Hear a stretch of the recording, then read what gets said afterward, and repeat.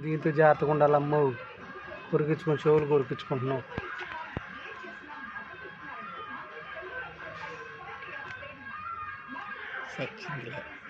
చాలా చాలా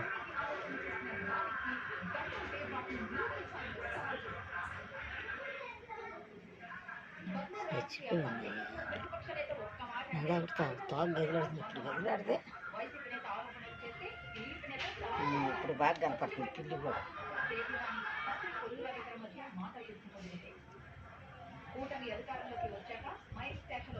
ఇది చూడాడు. అదేదో అది ఇటు పోయి నరసాత్మ చక్కగా కొని సోప్ప మట్టికి లాగా పడుకుని చచ్చిపోయిందన్న చూడు మొడితే.